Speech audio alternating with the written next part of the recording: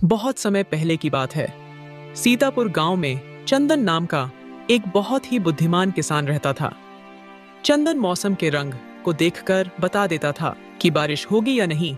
चंदन के पास जमीन का एक छोटा सा टुकड़ा था जिस पर वह खेती करके अपना और अपने परिवार का पालन पोषण करता था। फिर एक दिन की बात है, चंदन अपने खेत में काम कर रहा होता है। तभी उसके सामने गांव के मुखिया जी आते हैं और चंदन से कहते हैं, अरे भाई चंदन, बड़ी जोर शोर से खेती करने में लग गए हो, क्यों इतना पसीना बहाते हो? इस खेत को मुझे दे दो और मेरे यहाँ काम पर लग जाओ। दरअसल मुखिया हमेशा से चंदन से चिढ़ता था क्योंकि खेत का टुकड़ा मुखिया के खेत से जुड़ा हुआ था। मुखिया चाहता था कि चंदन के खेत को वैसे भी हथिया ले, लेकिन चंदन अपनी खेत नहीं देना चाहता था। चंदन मुखिया से कहता है, नहीं मालिक, मैं तो इसी खेत के टुकड़े से पल रहा हूँ। मैं यह खेत आपको दे दूंगा तो मैं सड़क पर आ जाऊंगा, लेकिन अब कोई बात नहीं, क्योंकि मैं मेरे दिमाग में सोच लिया है कि इस बार ऐसे फसल करूंगा कि दुगनी कमाई हो जाएगी। फिर एक दिन देखना, आपके वाला खेत को भी मैं अपने में मिला लूंगा। मुखिया ने यह बात सुनी तो चौंक गया और अपने मन में बोला, अरे बाप रे, ये कौन से खेती करने जा रहा है? मुझे पता लगाना ही चाहिए। ये तो वैसे भी बहुत होशियार है।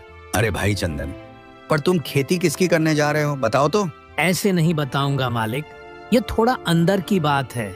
वह जमीन कम है ना मेरे पास, तो उसका गणित नहीं बैठ रहा है। मैं रात में आकर इसका हिसाब किताब लगाऊंगा। इतना कहने के बाद चंदन वहां से चला जाता है, लेकिन मुखिया के सर में दर्द कर गया और मुखिया सोचता रहा कि आखिर यह करना क्या चाहता है। फिर थोड़ी ही देर बाद रात हो गई तो चंदन हल लेकर निकलने ही वाला था कि तभी उसकी पत्नी मीना ने चंदन को रोका और कहा, अरे रात में हल लेकर कहाँ जा रहे हो जी? अरे भाग्यवान, शांत रहो। अपने पास कम खेत है, इसकी वजह से फसल नहीं हो पा रही है, तो मैंने एक तरकीब सोची है। देखना, इस बार इतना अनाज पैदा कर दूंगा कि साल भर भी खत्म नहीं होगी। चंदन की यह बात मुखिया खिड़की से सुन रहा होता है। मुखिया के पसीने छूट जाते हैं कि आखिर यह कौन सी खेती करने वाला है कि साल भर भी खत्म नहीं होगी। वह चंदन के पीछे पीछे उसके खेत तक गया और एक पेड़ के नीचे जाकर छुप कर देखने लगा। कहाँ से शुरुआत करूं, कैसे शुरुआत करूं? यह मुखिया का खेत बीच में ही आ रहा है। अगर मेरी खेत की फसल ज्यादा हो गई और उसकी जड़ें मुखिया के खेत पर आ गई तो उसको बिना मेहनत के ही मेरी फसल मिल जाएगी। इसलिए एक काम करता हूँ, कल मुखिया जी से कहूंगा कि अपने खेत में एक दीवार बना ले, फिर मैं अपने ही खेत पर फसल कर पाऊंगा। मुखिया ने यह बात सुनी तो अपने मन में कहा, अच्छा बेटा, ये बात है, तभी बोल रहा था कि मेरा खेत भी ले लेगा। अभी देखना तू, खेती तो अपने ही खेत पर करेगा, लेकिन फसल काटूंगा मैं। इतना कहने के बाद मुखिया वहां से चला जाता है। चंदन भी कुछ देर बाद घर लौट आता है। फिर अगली सुबह जब चंदन मुखिया से मिला तो उसने कहा, अरे मुखिया जी, आपसे थोड़ी सी बात करनी थी। हाँ, कोई भी बात कर, लेकिन मैं अपने ही खेत पर दीवार खड़ी नहीं करूंगा। ठीक है, बात खत्म। लेकिन मालिक, मैं कब आपसे ऐसा कहा? हाँ पता है, तुम यही कहने वाले थे, क्योंकि खेत जो कम है तुम्हारे पास। यह कहकर मुखिया हंसता हुआ वहां से चला जाता है। फिर रात में मुखिया अपने कुदाल लेकर खेत पर पहुंच गया। अब देखना मेरा कमाल, मैं अपने खेत के मेड़ को काट कर आगे बढ़ा देता हूँ ताकि इस चंदन को पता ना लगे और वह मेरी खेत पर खेती कर देगा और मुझे इसका लाभ मिल जाएगा। यह कहकर मुखिया ने रात भर लगकर मेड़ को आगे बढ़ा दिया। जब अगली सुबह चंदन और उसकी पत्नी मीना खेत पर पहुंचे। सुनो जी, आज आपका खेत कुछ बड़ा नहीं लग रहा है। हाँ, भाग्यवान लग तो रहा है। लगता है भगवान ने मेरी सुन ली, जो मुझे और ज्यादा फसल पैदा करने के लिए खेत को बड़ा कर दिया। चलो, अब मैं इस खेत पर बीज बो देता हूँ और फसल आने का इंतजार करता हूँ। चंदन ने उस खेत पर जी भरकर खेती की और फसल को बो दिया।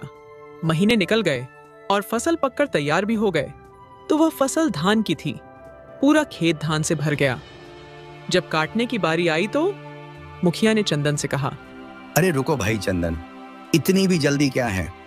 जिसके खेत में तुमने फसल उगाई है उसी को भूल गए। यह बढ़ी हुई जगह मेरी है। क्या बात कर रहे हो मालिक? मैंने तो आपसे जगह मांगी नहीं, तो आपने बढ़ा क्यों दी? वह मुझे नहीं पता, इसलिए इस बढ़ी हुई जगह का मालिक मैं हूं। मैंने ही मेड़ को आगे बढ़ा दिया था ताकि तुम्हारे फसल की जड़ें मेरे खेत में आए और मुझे भी इसका लाभ मिल सके। अच्छा, तो ये बात है। लेकिन मालिक, मेरे पास खेत कम था, इसलिए मैंने मन में विचार लाया था कि काश ऐसा हो जाए। लेकिन आपने तो सच में मान लिया। मैं आपको खेत को बढ़ाने को नहीं कहा था और ना ही मैं आपके पास आया था, इसलिए आपका इस पर कोई हक नहीं है। आपकी खेत की सीमा जहां तक है वहीं तक आपका खेत है। मुखिया ने अपनी माथा पकड़ लिया और चंदन के होशियारी के आगे झुक गया। लेकिन मुखिया हार नहीं मानने वाला था। वह इस बात का बदला लेने के लिए इंतजार करने लगा। फिर एक समय की बात है, चंदन बहुत बीमार हो गया और गेहूं की फसल की बुवाई आने का समय भी हो गया था। मुखिया उसकी हंसी उड़ाने के लिए उसका घर पहुंच गया। क्यों भाई चंदन, देख रहे हो ना बेईमानी का नतीजा? पड़ गए ना अब तुम बीमार। खेत को कौन जोतेगा? गेहूं का बुवाई का समय भी बीता जा रहा है, पर अभी तक तुम्हारे खेत में हल नहीं चला है। अब तो तुम भूखे मरोगे।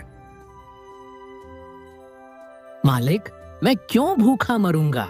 मेरे बाबूजी का खेत है ना, वह मुझे भूखा नहीं मरने देगा।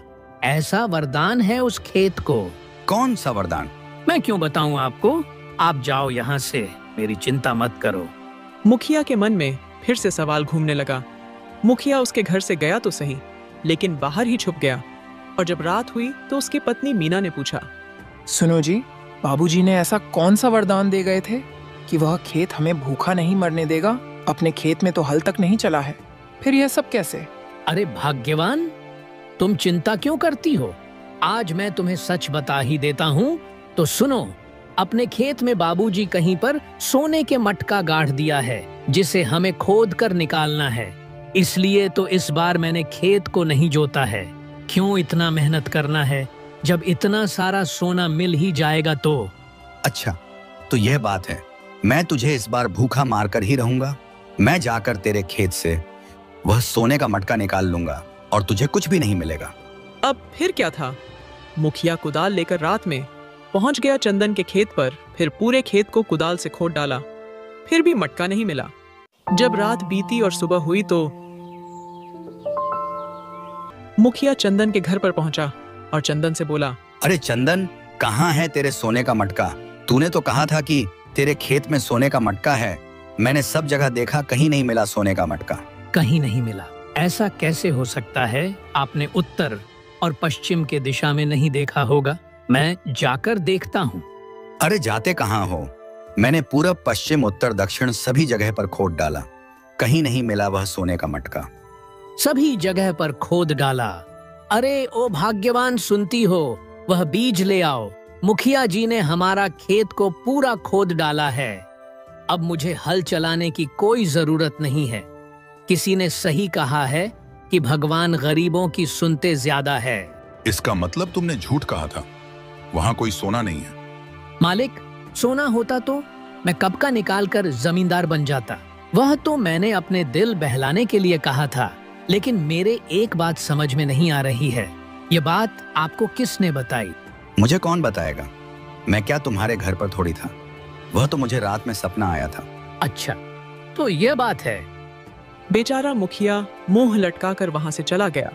और इसी तरह चंदन ने अपने खेत को भी बड़ा कर लिया और अपनी बुद्धिमानी से उस मुखिया को अपने खेत में हल चलवा लिया।